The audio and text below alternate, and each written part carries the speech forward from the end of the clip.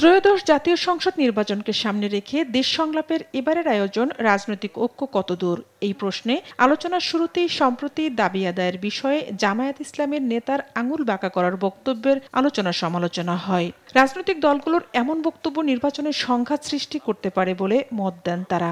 রাজনৈতিক ব্যক্তি বা দল বা প্রভাব যখন এমন জায়গায় যায় যে আরেকটা দল বঞ্চিত হচ্ছে, তখন সেটা আদায় করার জন্য আপনাকে বাঁকা আঙ্গুলি করতে হয়। এখন প্রশ্ন হচ্ছে, মাঠে যদি জামাত বাঁকা আঙ্গুল করে থাকে এবং শুধু 80% বাঁকা করে থাকে, আর বিএনপি যদি 100% বাঁকা করে মাঠে নামে, বিএনপির সামনে জামাত টিকবে কিনা আমি জানি না, আমার সন্দেহ আছে। বাট সেটা সংঘর্ষের রূপ নিতে পারে। এ নিয়ে সমালোচনা করে গণমাধ্যম ব্যক্তিত্ব আব্দুল নূর তুষার বলেন, বাঁকা আঙ্গুল সোজা এটা তো আইনের ভাষা না, এটা বেআইনের ভাষা। পৃথিবীতে সব লোক আঙ্গুল বাঁকা করলে আঙ্গুল বাঁকা করাটা হচ্ছে অন্যায়। আঙ্গুল সোজা রেখে কাজ করতে হবে। অতএব পৃথিবীর সব লোক আঙ্গুল বাঁকা করলেও আঙ্গুল সোজা যে ঠিক, এটা ঠিক। কোথায় নুরুদ্দিন সাহেব কি করেছেন, কোথায় কোন জেনারেল সাহেব কি করেছেন, এইটা দিয়ে তো বাংলাদেশ ঠিক হবে না।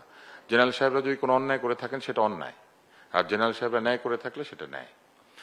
সবকিছুকে জায়েজ করার একটা উপায় কি জানেন? কিছু লোক এসে বলে আমরা জনগণের অভিপ্রায় বাস্তবায়ন করছি, কিন্তু তারা জনগণের কাছে যায় নাই। এমন বক্তব্য নিয়ে ব্যারিস্টার শাহরিয়ার কবির বলেন, একটি গোষ্ঠী বিএনপি ও জামায়াতের মধ্যে বিভেদ সৃষ্টি করার চেষ্টা করছে।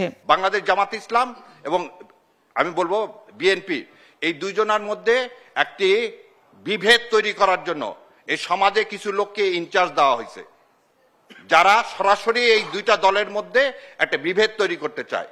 এবং বিভেদের ফলটা কি, তারা তাদের ঘরে তুলতে চায়। কি ঘরে তুলতে চায়? যাতে কোনোভাবে জুলাই সনদটা বাস্তবায়ন না হয়। নির্বাচনকে সামনে রেখে রাজনৈতিক দলগুলোর মধ্যে ঐক্য সৃষ্টি করতে ঐক্যমত্য কমিশনের ভূমিকা নিয়েও পক্ষে বিপক্ষে মত দেন এই আলোচকরা।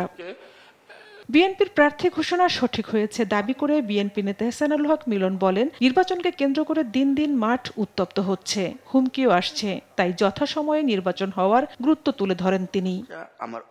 নির্বাচন বানচালে নানামুখী তৎপরতা চলছে উল্লেখ করে প্রধান উপদেষ্টার সিনিয়র সহকারী প্রেস সচিব ফয়েজ আহমেদ জানান, নির্বাচন যথাসময়ে হবে। সংলাপে বিএনপির প্রার্থী ঘোষণাকে কেন্দ্র করে সারা দেশের সহিংস ঘটনায় আইনশৃঙ্খলা পরিস্থিতির সমালোচনা করেন আলোচকরা। সেই সঙ্গে সবাই গণভোটের পক্ষে মত দিয়ে নির্বাচনের দিন আয়োজনের পরামর্শ দেন। ঝর্ণা রায়, দেশ টিভি, ঢাকা।